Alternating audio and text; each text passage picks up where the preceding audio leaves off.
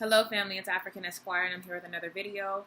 One of the important things that has to be done for us to move forward as a people seeking true liberation, not just liberation as far as our physical being or things that we're allowed to do as far as moving around society, but also being liberated in our minds, is that we have to understand that we are a colonized people and that as a colonized people, we've been given many mindsets that essentially are put into us in order to maintain the system of our oppressor and maintain the consistency of us being on the bottom and being slaves to the system and not being people who are set aside as being able to have your own self-determination and control your own destinies. So the instance of this that I've seen this week is the African immigrant from Mali in France. So I've been seeing a story circulated on a number of social media entities, and while the story is amazing, there was an African man who sees a child who was hanging from a building, and just for some rush of adrenaline, he runs and goes saves this child and is a hero in the French country. But the thing that I thought was interesting is that the French government went forward and gave this man full citizenship as a French citizen. He was originally an illegal immigrant, and they gave him citizenship in the country of France. Now, a couple of things about this. One thing is you have to understand France is one of the most racist, oppressive countries when it comes to their treatment of African people. And you see that not only in the country of France, but you especially see that in France's international policy. As I've said in prior videos, France is an entity that survives off of Africa. The former president of France, has said publicly that if it wasn't for Africa, France would die off. Because of that and the survival instincts that are innate inside of a lot of us, so France has been very aggressive in their foreign policy and ensuring that the African countries that they seek to take their resources from are essentially crippled. So examples of this, and I've given this in the video, and I'll leave the video after this so that you can see what we're talking about as far as the things that France has done inside of different West African countries. But examples of this are there's about, I think, 14 countries that still have colonial taxes. That is, France forces these countries to pay taxes to them. They force these countries to use francs, the CFA francs, and that this is France's currency. They force these countries to do that. They force these countries to put their national reserves inside of France. These are just a few of the things that France has done inside of their former colonies in order to enforce a position of subjugation for those African countries. So we have to first understand, number one, I've seen someone make a comparison and say, well, this shows you how good France is, because Britain, a little bit ago, had an African man who saved people from a house fire, and they deported him, but France, they gave him citizenship. Therefore, France must be our friend. And if your mentality is to look for comparisons and to say, okay, you've done this for me in this instance, therefore you're my friend, your mentality is totally off base, because these people are actually the most aggressive, the most barbaric, in my opinion, as far as enforcing colonialism, neocolonialism inside of West African countries. So these people are the total opposite. In fact, if anything, this should make you question why it is that you look at these symbolic gestures as a showing of someone's humanity.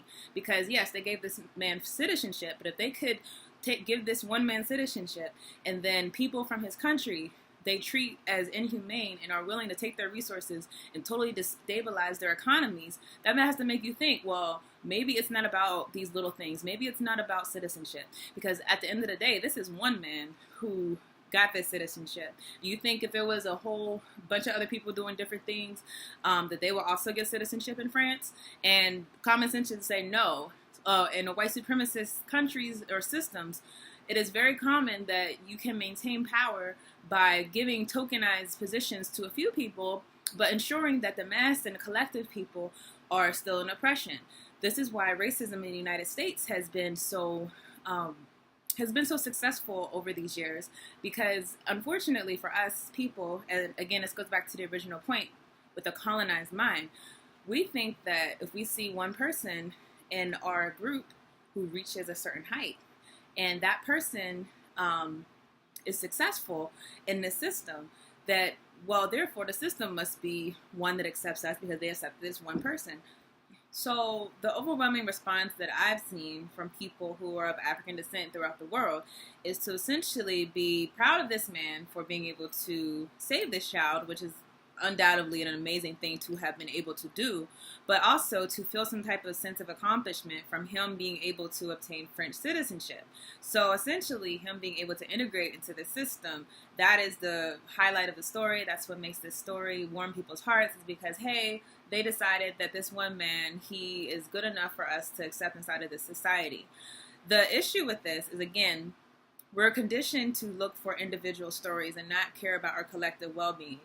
What does it mean if we have one person who is integrated into the French society while that same society at mass is committing genocide against our people? The majority of African people who are in countries that were formerly colonized by France are living in the living hell. So why aren't we aware? Why aren't we awakened to the fact that this is essentially to me, it's backstabbing. I'll do something as to look and appear as though we care about your people, we care about you, but at the same time, we're going to do things aside of the country that you came from that's going to continue the system of subjugation that your people have been living through for this long. And we see this often with our people, unfortunately, whether it's in France or the United States or wherever, that we're so amazed whenever the system rewards us with certain things.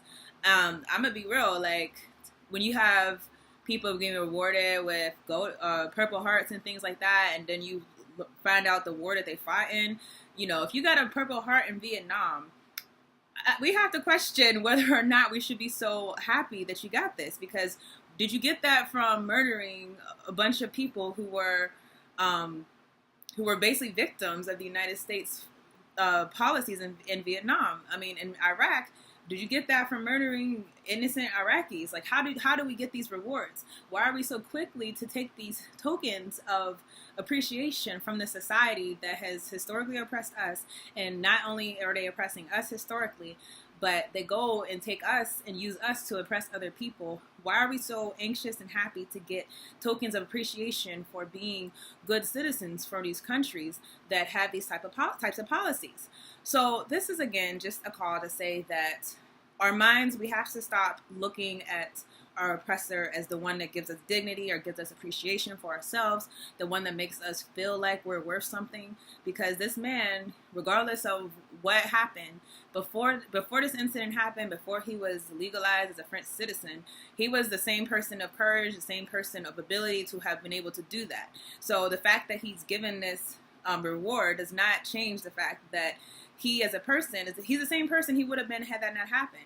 So what happens for all the other illegal African immigrants that are in France? Again, this is a well-known problem in Western Europe. They're panicking right now because Africans are fleeing to Western Europe in high numbers. They're panicking because they feel like, okay, we can't accept all this, even though your country and your prosperity is built off of the backs of these people from these countries. The Europeans, you know, Prince William, I think, was one of the ones who basically, it was at a forum or something, it was talking about how this is an issue. The Africans, or immigration, they're coming to our country. This is a crisis to them.